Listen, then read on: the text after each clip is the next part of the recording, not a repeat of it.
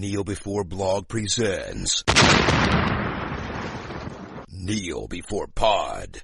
Hello and welcome to Kneel Before Pod interviews. I'm your host Craig, and I recently had the pleasure of talking to Josie Campbell, writer of the DC animated movie Legion of Superheroes. The conversation covers the excitement of coming up with an original story starring these characters, building Kara's arc, and delaying housework to read comics. Sit back, relax, and enjoy. Hi Josie, how you doing? Hello, I'm good. How are you doing?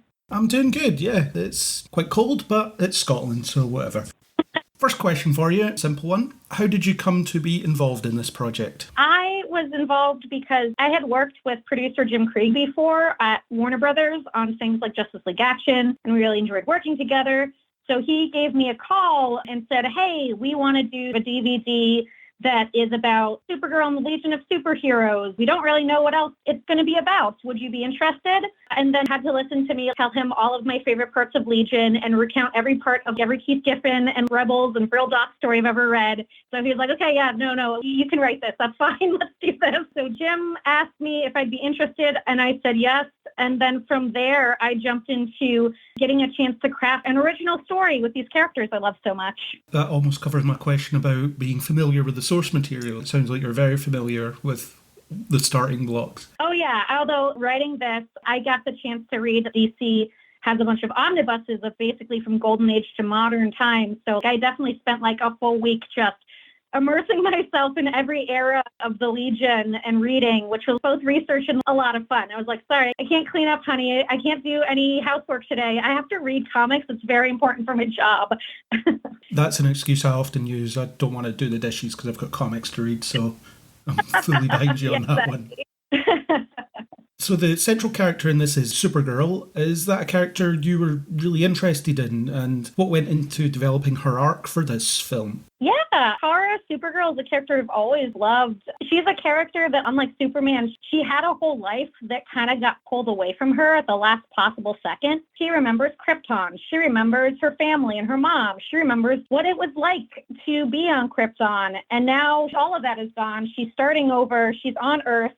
Batman's being mean to her. It's a really fertile ground to dig into a character that basically, in so many ways, is having to start over. The Legion Academy stuff is a little coming-of-age story, but for Kara, she thought she was already coming of age in Krypton, and now she's having to start all over. And finding that place where you belong is really, really interesting to me, and I think so much a part of the character that I really loved getting a chance to play with that in this film. It's an exercise in humility for her, isn't it? Because she starts off really arrogant and then sort of becomes less arrogant as it goes on. Yeah, she's confident, but so much of that is masking the fact that she's insecure. She doesn't know where she should be. So for me, I think it's less arrogance and more sort of an act that by the end becomes real confidence, real joy. And I detected a bit of the New 52 version of Supergirl in her setup, at least in terms of attitude. She's very different in other ways, but the New 52 thing was there because I quite liked that version in terms of how she was more abrasive and less willing to take whatever Clark said at face value and things like that. Is that where you drew that from? A little bit with her. She's the star of her own story. She's the protagonist of her own life. She's not somebody that I felt like should ever play second fiddle to anyone. Writing her with Kal-El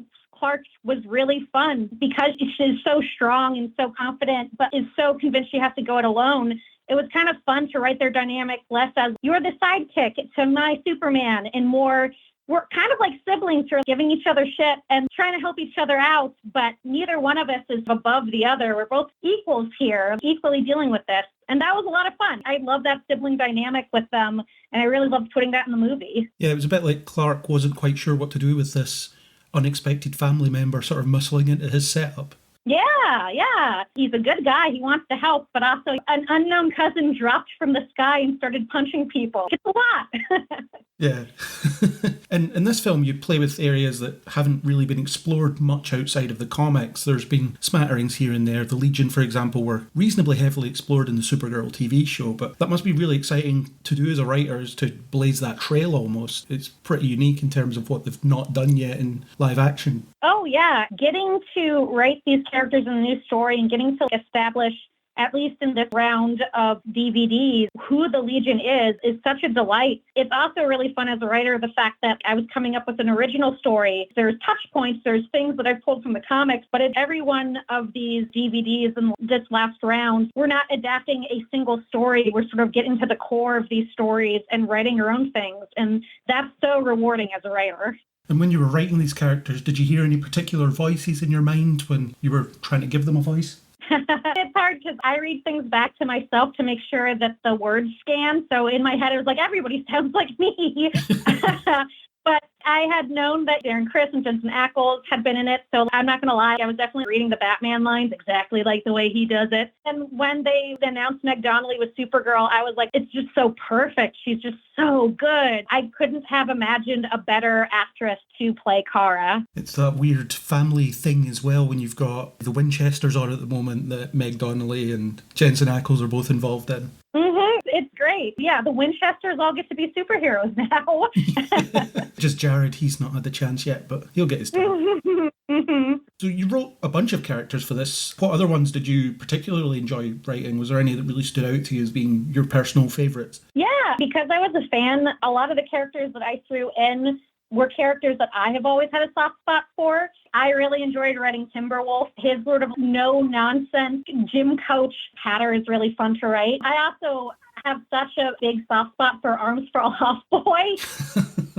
I was like, if I'm writing a Legion movie, he's in it. Done. This is a done deal.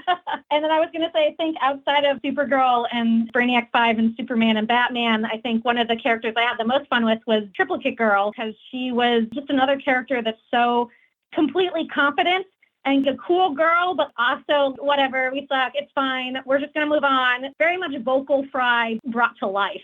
So she was a lot of fun to write. And with being DC, there's infinite characters with lots of potential that you can just pick and choose from that no one would ever think of as well. Yeah, that's the joy of Legion. Legion of superheroes, there's so many characters.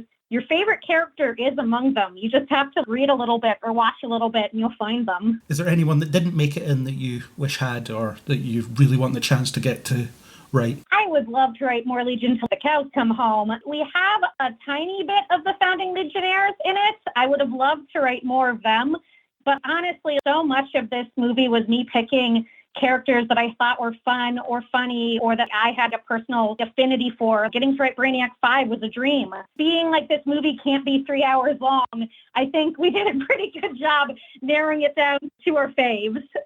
Crammed enough in, certainly, absolutely. And my last question will be, you've written other versions of DC characters with Teen Titans Go and Justice League Action. Those are very different tones to this. How do you go about juggling these different tones in different projects when it is the same source material? All of these characters, I see them as real people, and real people have different facets of the personality. Like somebody can be really smart and really professional, but at home they're really goofy. So for me, I try to target the core essence of who they are. And then I say to myself, okay, this is the core essence of Supergirl. What's the funny about that? This is the core essence of Robin. What's the funny part about that? Or what's the serious part about that? So it's a little bit like getting to explore all the facets of your friend's personalities. Everybody is more than one thing, and these characters are versatile enough that I get to do that. Cool. Great. Thank you very much for your time and good luck with the film. I absolutely loved it when I watched it. I really love these animated films. I love seeing the more obscure sides of the DC universe, and I think you did an excellent job bringing that to life. So very well done, and thanks again for talking to me. Oh, thank you. Thanks very much. That was my interview with Josie Campbell. I wish her the very best for this movie and for all future projects. If you like what you heard, then hit subscribe on Spotify, Apple Podcasts, or anywhere you get your podcasts. We'd love it if you would leave a 5-star rating and a review. If you want to discuss this interview, DC in general, or anything else, then you can contact us on Twitter or Facebook under Kneel Before Blog, or leave a comment on kneelbeforeblog.co.uk. For more interviews, a monthly news podcast, and deep dive analytical discussions about your favourite nerdy things, join us on Kneel Before Pod.